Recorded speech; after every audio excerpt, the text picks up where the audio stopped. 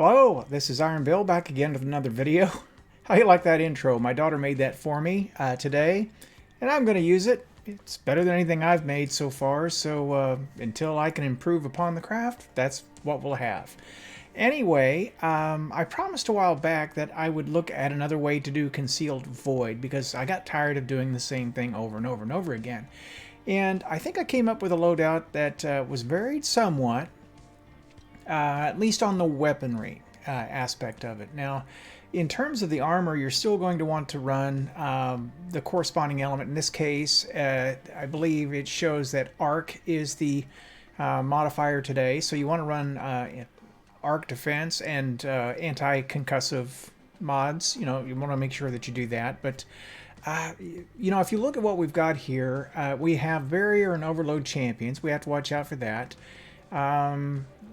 Extra shields, match game, locked equipment. Okay, that's a standard on all the 1250s. And solar damage will also do more damage to you. So arc and solar is what you have to watch out for, which everything is arc and solar for the most part. Now there is a little bit of void on a couple of the enemies, servitors in particular, which creates the problem with the combination. Now you need to carry some kind of a void weapon somewhere, because if you don't, you're going to have a hard time dealing with the servitors in the boss room, and that could make it really hard for you to kill the boss if the boss keeps hiding by the servitor. But you need to have something solar in order to take down the shields of the solar enemies, and there are a few of those. The large shanks, for instance, and there's a captain or two that are solar, and you just need to bring them down quickly. So you know, I tried to think this out, map it out, and I wound up using, believe it or not, a false Promises, which is an auto rifle. It's like a 360. It's an unusual archetype. It's a heavy hitting archetype, but mine has Killing Wind and Rampage, and I put a Rampage spec on it. It actually is pretty good with ad clear here, so long as you get the first kill or two, because the Rampage stacks up to 3, and then you get the killing bonus along with that. In addition, and I've been wanting to try this out, I use the Glaciocasm, which is the fusion rifle that you get from this Dawning event. And mine has Ambitious Assassin and High Impact Reserve. Now that's a pretty solid combination for a fusion rifle, and it's void, and that would it's very hard hitting. It has good range, and it I think would be the perfect weapon to take care of those servitors in that boss room fight. Then of course I threw the Xenophage on top of that. Now in addition, I am running Shadebinder. I believe I had Transversive Steps on, running Duskfield Grenade, Whisper of Hedrons, and Whisper of Durance. And that's going to make my stasis effects last longer, and also it will buff my energy weapon damage after I stun an enemy. So that's good. Or slow an enemy down. Whatever stasis effect you have, it buffs your energy weapon, which means that fusion rifle hits even harder. Then I have on the Bond, I have the Surge Eater and Thermal Overload, which is critical because when you throw a grenade, if you happen to disrupt an enemy or stun them, a champion, you will get your grenade right back.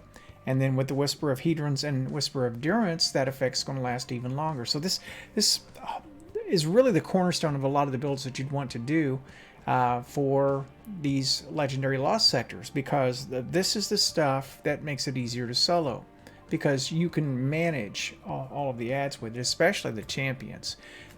If you can get them isolated, they're pretty easy to deal with. It's just getting them isolated. All right, so before we go any further, just want to report on the hunt for the PS5. I was in the queue today for the Sony launch. Of course, I never even got close to it, never got in within sniffing distance. But if you're looking for one, and it's just about 9 o'clock Eastern Standard Time while I'm taping this, Target is going to drop some PlayStations either tomorrow or the next day. It'll be very early in the morning, and it's between 3 and 7 o'clock a.m. Eastern Standard Time. So you know, you might want to jump onto that if you are a person that doesn't mind getting up early, or you're already up early. All right, so with that said, let's go ahead and run this and see what we have.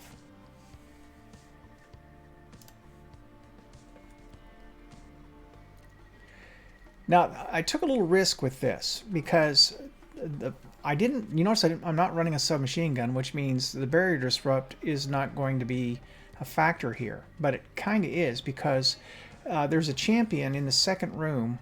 It is a servitor that is a barrier champion.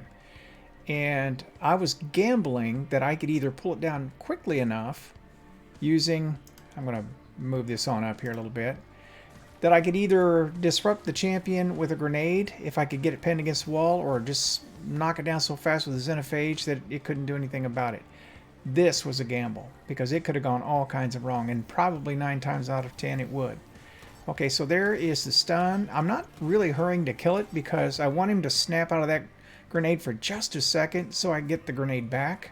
You don't want to kill him before he gets disrupted again. All right, now I've got Rampage now. So you see, this is actually doing pretty well. And Killing Wind is just a great mod no matter what. All right, so just one pop there. That kills the shank along with it. And that guy's going down. See, that's easy to deal with. No problem there. I'm looking around for a bit of ammo here. You don't really want to rush this one too much. I mean, it's not as fast as others, and there's a whole lot more that can go wrong. This next room, in my opinion, is one of the hardest rooms because, you know, if you don't get that servitor just right, it'll be all kinds of grief. And this fallen captain that I'm about to come into, I want to draw him out and kill him on this ledge right away. I don't want to have him popping back and forth, because then I'm going to be caught in a crossfire. Now, this drag is going to step out. I'm going to just let him. And I just think about switching weapons to get him. And then the captain steps out. Figure I'll take a couple shanks there, and there's the captain. I put a shot on him. 2 Xenophage shots and he's done. Okay, now there's the servitor. Where he's at right now, I can't do a whole lot with him. I need him to be over against the wall or down low where a Duskfield Grenade can actually take him out. But I'm going to push up here and see if I can take some enemies. Works. Here we go. Here we go. And I got lucky on this. I'm able to get some shots on this fellow. Take him down. And this is going to minimize the crossfire. I see these guys. I can take them down. The servitor's not shielding them. And that's really kind of the trick to this. And I see my opportunity here. I figure if I can get a grenade against that wall, it'll do. Boom. And that was all I had to do. Now this guy you do want to rush. Grenade or no grenade, getting it back, I don't even care. Because that guy, if he drops down low there to the point he's shielding the dregs, then what are really ordinarily very easy enemies to kill become quite difficult. Alright, so from this point, you know, it just made it look pretty easy. Now I'm going to have to take my time and get my grenade back. And the one problem with this build is I went too low on discipline. I keep doing that. I need to buff that up a little bit. At least probably 60. And I thought I killed that dragon. I left just a sliver on him. But fortunately, not going to be a factor. And I think he's all dead and stuff. And I'm about ready to hop over. And then all of a sudden I'm taking fire. I think, oh, he's down there.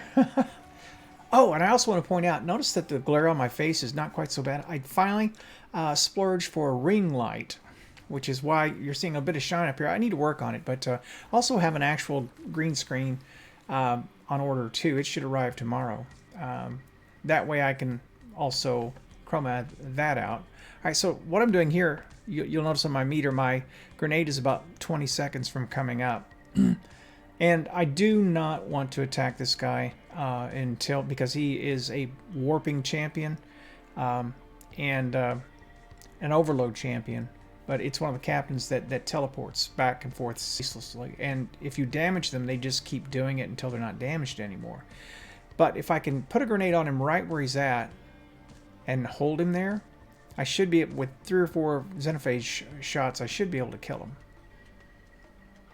All right, the grenade is up.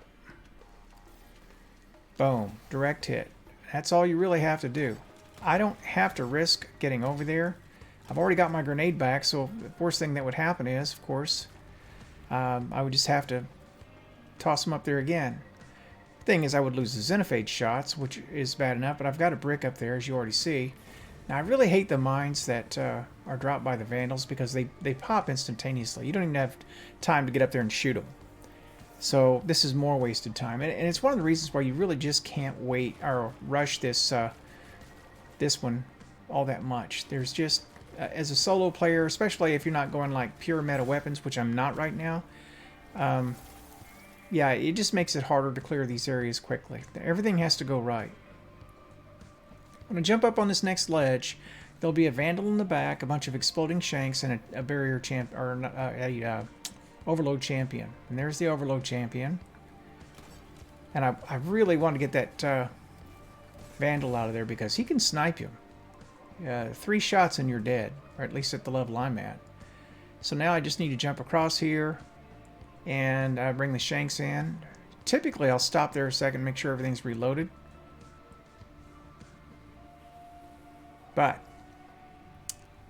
you know, the other thing is, I've been playing. I tend to get on a character and play that character for a few days, then move on to the next one. Okay, now you see the champion right there. That's where the grenade goes. He's mine now.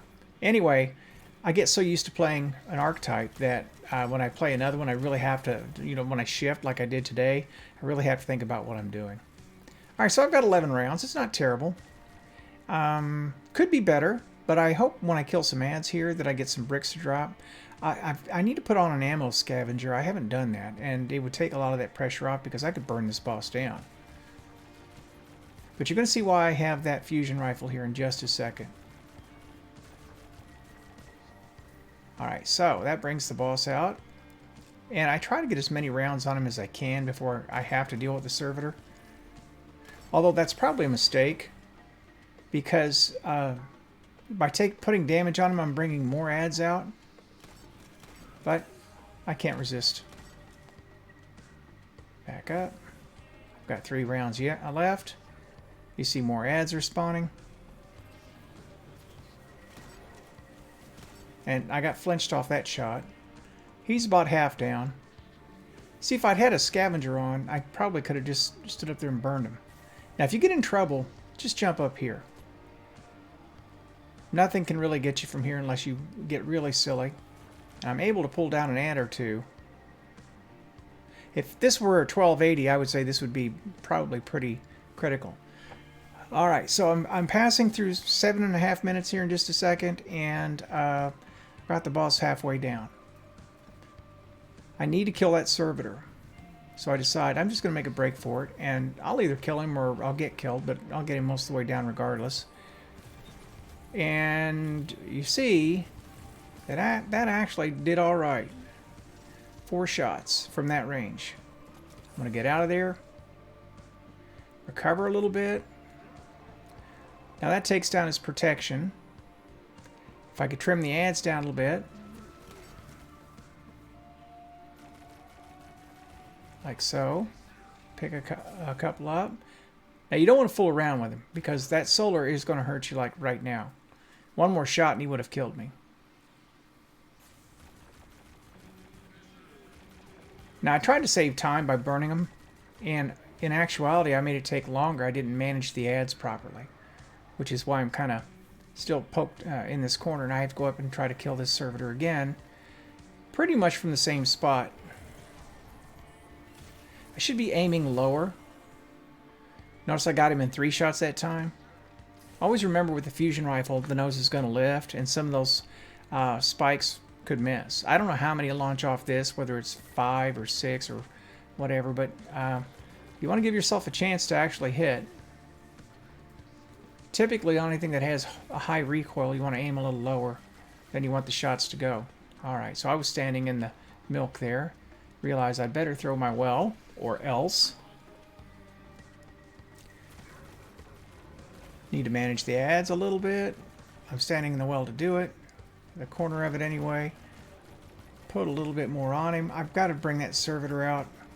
And you notice this auto rifle is actually doing okay on him.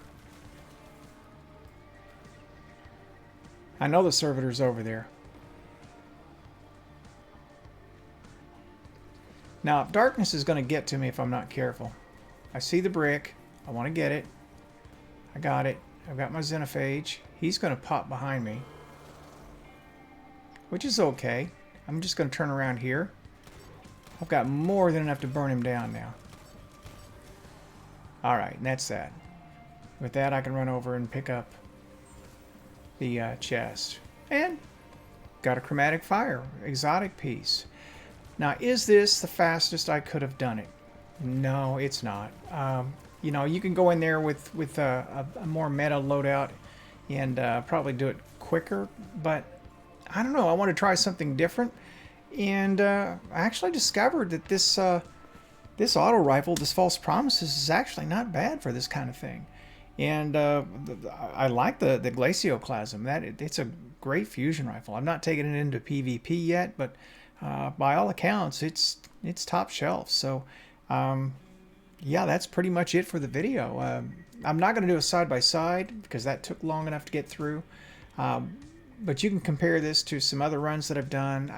I've done it faster, but I enjoyed that. I mean, that gave me something new to try, and just a different way to, you know, strategize the Lost Sector itself. And on top of that, you know, maybe I should look at other guns, you know, and so I'll continue to do that as I move through these Lost Sectors on a day-to-day basis. Also, the dawning will end soon, so don't forget to go out and farm some places, you know, so you can get it. You want to do strikes so that you can get materials. This will also give you materials. Bake those cookies, deliver them. You know, get as many of the weapons as you can. I'm just stockpiling them all up in my vault. It's going to be stuffed full, and then I'll weed through it when it's done, and I'll get rid of the ones that I don't think are very useful. But I'll keep a handful of them because it's going to be a full year before we get them again. So don't let this opportunity go by. Anyway, with all that said, I hope you enjoyed the video. Hope we've learned something here. And with that, this is Iron Bill, and I'm signing off.